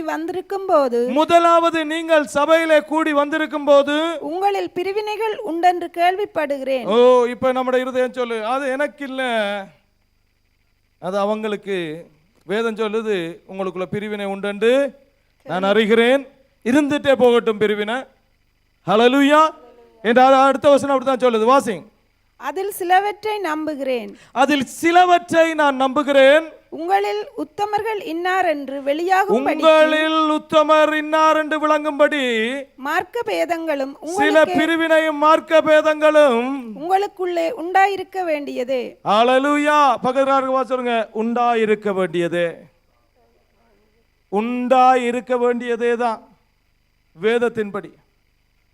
ஏன் என்று சொன்னா, யாரு ஆடையோட வந்து கர்த்தர் சொன்னதுக்கு செய்கிறாங்க, எத்தனை பேர் ஆடையெல்லாம் வந்து இருக்கிறாங்கன்னு அறிந்து கொள்ளும்படிக்காய். எத்தனை பேர் கீழ்ப்படிவோடு இருக்கிறோம், எத்தனை பேர் இன்னும் கீழ்ப்படிவை கற்றுக்கொண்டு இருக்கிறோம் என்று அறியும்படிக்காய். எல்லாரையும் அழைச்சா ஒருவனுக்கு மட்டுமே ஒரு அலட்சியம். எல்லாரையும் அழைத்த அழைப்பு ஒரே மாதிரி இருக்க, ஒருவன் மாத்திரமே அலட்சியமா இருக்கணும் என்றா அவன் அழைப்பை மாத்திரம் நினைத்தான், தெரிந்து கொள்ளுகளுக்குள்ளே போக வேண்டும் என்று நினைக்கல. ஹல்லேலூயா, ஹல்லேலூயா. நம்ம எல்லாரையும் கர்த்தர் அழைத்திருக்கிறார் சகோதரர்களே. தெரிந்து கொள்ளுகளுக்கு போகணும்டா, நான் தேவன் சொல்லி இருக்கிற நியமனத்துக்கு நியதிக்கு நான் கீழ்ப்படுகிறது நல்லது. தேவன் எருதில வச்சு என்னுடைய பெட்டியை கொண்டு போண்டா, நாங்கள் எருதில வச்சு கொண்டு போறதுதான் நல்லது. ஹல்லேலூயா, ஹல்லேலூயா. நீ ஆசாரியனுக்கு காத்திருந்தா, பவுல் ராஜாவா இருந்தாலும் ஆராதனை செய்கிறதற்கு அவனுக்கு அதிகாரம் இல்லாது இருக்கிறபடினால் அவன் ஆசாரியனுக்கு காத்தே இருக்க வேண்டும். இல்ல, ஆசாரியனை விட நான் ராஜா பெருசுன்னு நினைச்சா அவனுடைய ராஜபாரம் இல்லாம போனது. ராஜா வேலை செய்யறது பிள்ளையா? கர்த்தருடைய விருந்து இருக்கு சகோதரர்களே. இந்த விருந்து தேவன் தன்னுடைய ஒரே குமாரனாகிய இயேசுவை அடிக்க கொடுத்து அந்த இரத்தத்தினாலே நிரம்பின ஒரு பாத்திரத்தை நமக்காய் ஐக்கியமாய் கட்டளையிட்டிருக்கிறார். ஹல்லேலூயா. தேவன் தன்னுடைய ஆவியானவர் தன்னுடைய சபைக்கு சொல்லுகிறத காதுள்ளவன் கேட்க கடவன் என்று வேதம் சொல்லுகிறபடி, அதுக்கு அடுத்த வசனம் வாசிங்கம்மா, 27வது வசனத்தை வாசி. இப்படி இருக்க எவன் அபாத்திரமாய் கர்த்தருடைய அப்பத்தை புசித்து அவருடைய பாத்திரத்தில் பானம் பண்ணுகிறானோ அவன் கர்த்தருடைய சரீரத்தையும் இரத்தத்தையும் குறித்து குற்றமுள்ளவனாய் இருப்பான். எந்த மனுஷனும் தன்னைத்தானே சோதித்தறிந்து இந்த அப்பத்தில் புசித்து இந்த பாத்திரத்தில் பானம் பண்ண கடவன். என்னத்தினால் எனில் அபாத்திரமாய் போஜன பானம் பண்ணுகிறவன் கர்த்தருடைய சரீரம் இன்னதென்று நிதானித்து அறியாததினால் தனக்கு ஆக்கினை தீர்ப்பு வரும்படி போஜன பானம் பண்ணுகிறான். ஹல்லேலூயா. அந்த விருந்துக்குள்ளே கடந்து வந்த அந்த மகன், அந்த சிநேகிதன், அவன் கூப்பிட்ட விதத்தை பாருங்க, என் சிநேகிதனே, ஏன்னா நான் விருந்துக்காய் உன்னை அழைக்கிற போது உன்னுடைய உறவும் என்னுடைய உறவும் மாறிட்டு, you became a friend even though நீ உன்னை சோதிச்சு அறியல. திருமண விருந்துக்குள்ள திருமண ஆடை இல்லாம கடந்து வரக்கூடாது. நீ என்னுடைய நண்பனாய் இருக்கலாம், நீ என்னுடைய சகோதரனாய் இருக்கலாம், நானே தான் உன்னை அழைத்தது உண்மைதான். நீ திருமண விருந்துக்குள்ளே கடந்து வாரா, அதுதான் வேதம் சொல்லுது, அவனவன் தன்னைத்தானே சோதித்தறிந்து இந்த பாத்திரத்திலே கை வைக்க கடவன். ஏனென்றா அபாத்திரமாய் நான் அந்த ஆடையோட இருக்கிறேனா, தேவனுக்குள்ளே தேவன் அழைத்த அழைப்புக்கு கீழ்ப்படிவோட இருக்கிறேனா, தேவன் என்னை தெரிந்து கொண்ட விதத்துக்கு நான் உண்மை உள்ளவனாய் இருக்கிறேனா, அந்த தெரிந்து கொள்ளுதலுக்குள்ளே நான் கடந்து வர கர்த்தர் என்னை அழைத்து இருக்கிறாரே, இது எந்த பெரிய பாக்கியம் என்று அதை நினைத்து பெரிய பாக்கியமாய் மனதின் சந்தோஷத்தோட தேவனுக்குள்ளே தேவனுடைய பந்திக்குள்ளே நான் கடந்து வரேனா, அல்லது ஆக்கினை தீர்ப்படைந்தவனை போல நான் நின்று கொண்டு இருக்கிறேனா? கதை சொல்ற, நாங்களே சோதி தறிய கடவோம். எந்த மனுஷனும் சொன்னா நமக்கு பிடிக்காது சகோதரர்களே, எந்த காரியம் சொன்னால் நமக்கு பிடிக்காது. ஏனென்றா அது நமக்கு விருப்பம் இல்லாத காரியம். அந்த மனுஷனை கதைக்கவே கத்தர் விடவில்லை. சொன்னார், பிடிச்சு உடனே வெளியில் விடுங்க. ஏனென்றா வேதம் சொல்லுது, இதே 11வது அதிகாரத்தில் சொல்லுது, என்ன நம்முடைய சபைக்கு இதை குறித்து தர்க்கம் இல்லை. தேவனுடைய சபையில் எதையும் குறித்து நாங்கள் தர்க்கம் பண்ணுகிறது இல்லை. தேவனுடைய சபைக்கு தர்க்கம் பண்ணுகிறது வழக்கமாக இருக்கக்கூடாது. மேலுக்கு போய் பாருமா, அப்படி ஒரு வசனம் இருக்காண்டு. ஆரம்பத்தில் மயிரை நீளமாய் வளர்க்கிற ஒரு காரியத்தை சொல்லிட்டு தான் இந்த காரியம் வருது. தேவனுடைய சபைக்கு இப்படி ஒரு வழக்கம் இல்லை. ஆகிலும் ஒருவன் வாக்குவாதம் செய்ய மனதாயிருந்தால் எங்களுக்கும் தேவனுடைய சபைக்குள்ளும் அப்படிப்பட்ட வழக்கம் இல்லை என்று அறிய கடவன். ஹல்லேலூயா. நாங்க வாக்குவாதம் பண்ண தேவையில்லை. அவனவனே தன்னைத்தானே சோதித்தறிந்தா அது அவங்களுக்கு ஆசீர்வாதமாக இருக்கு. எத்தனை பேர் அப்படி விசுவசிக்கிறீங்க? இந்த நாளில் தேவனுடைய புதிய உடன்படிக்கைக்குள்ளே கடந்து வரப்போகிறோம். தேவன் நமக்காய் அழைத்த அழைப்பு உண்மையாக இருக்கு சகோதரர்களே. அவருடைய அழைப்பும் கிருபை வரங்களும் ஒரு நாளும் மாறாது. தேவன் அழைத்திருந்தா ஒரு நாளும் மாற்ற மாட்டார்.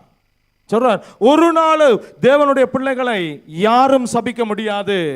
தேவன் தீர்க்கதரிசியை வச்சோனார், தேவன் ஆசீர்வதித்தவர்களை என்னால சபிக்க முடியவில்லை என்று சொல்லி அவன் தன்னை ஆள முடியாம தேவனுடைய ஆவியினாலே ஆசீர்வதித்தான் போனா. ஆனா சாபத்துக்குள்ளே கடந்து போக தருணங்கள் இருக்கு. பல்கடிப்பும் வேதனைக்குள்ளேயுமே போகிறதும் போகாம விடுறதும் எங்களுடைய கரத்தில் இருக்கு சகோதரர்களே. கர்த்தர் நமக்கு முன்பதாய் வைத்திருக்கிறார். அந்த மனுஷனுக்கு அழைப்பு கொடுத்தார். ஆடையை போட்டுட்டு வாரதும் போட்டுட்டு வராம விடுறதும் அது அவனுக்கு கொடுத்த சுதந்திரம். ஆனால் அவனுடைய சுதந்திரம் பாதிப்பாய் மாறினது. ஹல்லேலூயா. கர்த்தர் நம்மளை தெரிந்து கொள்ளப்பட்டவர்களாய் ஆக்க விரும்புகிறார். அழைப்பில் இருந்து தெரிந்து கொள்ளப்பட்டவர்களாய். The chosen one is the best one. ஏனென்றா அவர்களுக்கு ஆட்டுக்குட்டியானவருடைய திருவிருந்தை ஆயத்தப்படுத்தி இருக்கிறார். இந்த மதிய வேளையில் கர்த்தர் நமக்கு கொடுக்குற காரியம் அதான் சகோதரர்களே. எழுந்து நின்று நாங்கள் ஜெபத்துக்குள்ளே வரப்போகிறோம். என் ஆத்துமாவே கர்த்தரை ஸ்தோத்திரி, என் முழு உள்ளமே அவருடைய பரிசுத்த நாமத்தை ஸ்தோத்திரி. என் ஆத்துமாவே கர்த்தரையை ஸ்தோத்திரி, கர்த்தர் செய்த சகல உபகாரங்களையும் மறவாதே. ஆமென். கர்த்தர் நமக்காக யாவற்றையும் செய்து முடித்தார். ஆமென்.